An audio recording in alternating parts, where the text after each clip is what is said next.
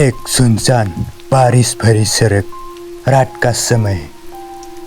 एक पुराना कीचड़ से सना स्मार्टफोन जो वाइब्रेट कर रहा है और उसकी स्क्रीन टूटी हुई है। यह कहानी उस रात की है। सब मैंने सोचा था कि सब कुछ खत्म हो गया है। ये उस आखिरी मैसेज की कहानी है जिसने सब कुछ बदल दिया। मेरा नाम आर्यन है और अगर आप ये देख रहे हैं तो शायद मैं जिंदा नहीं हूँ। आर्यन की कार तेजी से बारिश में भागी जा रही है। पीछे से किसी की हेडलाइट उसे फॉलो कर रही है। आर्यन स्टीयरिंग व्हील पकड़कर घबराते हुए, नहीं, बस नहीं, मुझे छोड़ दो। अचानक सामने से एक ट्रक आता है। जब आर्यन की आंखें खुलता है तो वो देखता है कि वो हॉस्पिटल के एक बेड पर लेटे हुए है। नर्स, आप सुरक्षित है, आपका एक्सीडेंट हुआ था, आपको रेस्ट की जरूरत है। आर्यन की नजर एक टेबल पर पड़ता है जहां उसके मोबाइल और एक चाबी रखी हुई थी। मेरा फ़ोन ये बस गया। वो फोन अनलॉक करता है। स्क्रीन पर एक नोटिफिकेशन होता है, एक अनजान नंबर का। वो मैसेज ओपन करता है। मैसेज पर लिखा हुआ था कि तुम बच गए, लेकिन गेम अभी खत्म नहीं हुआ है। 7 दिन 7 संकेत, वरना तुम्हारा वही हश्र होगा जो नैना का हुआ था। पीसी। यह देखने के बाद आर्यन की सांसें तेज हो जाती है। उसकी नज़र मैसेज के अंत में अटैच पिक्चर पर पड़ती है। उसकी नज़र मैसेज के अंत में अटैच पिक्चर पर पड़ती है। पिक्चर में आर्यन की कार जो बुरी तरह से जल गई है और पास में ही एक पुरानी गुड़िया पड़ी है जिनकी आंखों में रेड क्रॉस बना हुआ है। कुछ दिन बाद आर्यन घर वापस आ चुका है। वह मैसेज के बारे में सोचकर परेशान है। वह ऑनलाइन नैना के बारे में सर्च करता है। वो सर्च करते करते एक पुरानी न्यूज़ आर्टिकल ढूंढता है जिसका टाइटल था local girl Naina goes missing, police rule out foul play. Article में एक तस्वीर है। नैना एक सुंदर लड़की, एक स्कूल इवेंट में उसके पीछे एक टीचर खड़ा है जो प्राउडली खड़ा है उसके पीछे।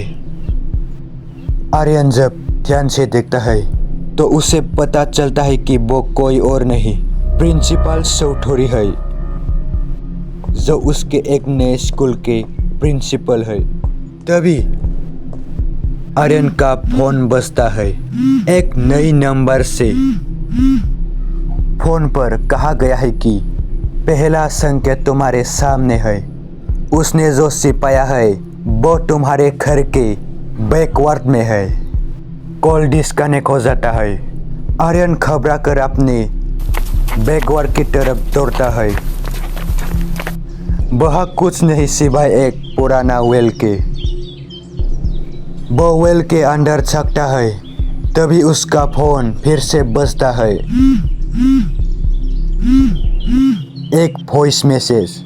वॉइस में नैना की आवाज रोते हुए सुनाई देती है। आर्यन की सांसें रुक जाती है।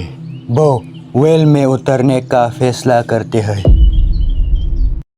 वो रस्सी से कुएं के अंदर उतरते हैं।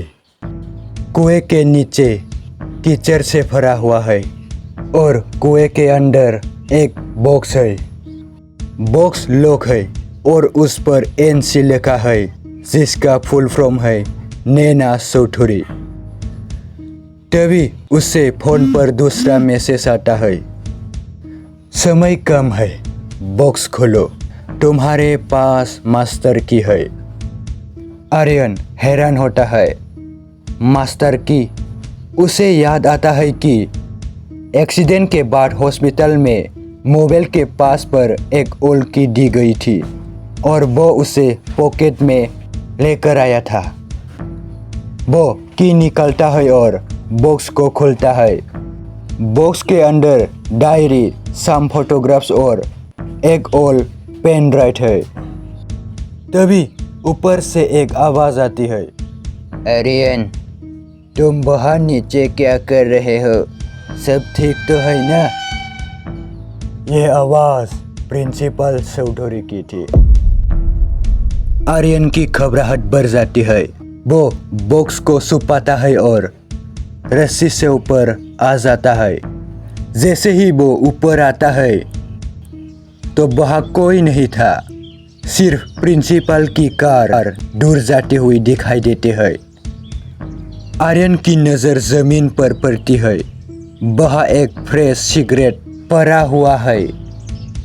अब वो समझ गया था कि प्रिंसिपल उसे वॉच कर रहे हैं। आर्यन डायरी पढ़ता है। ये नैना की डायरी है।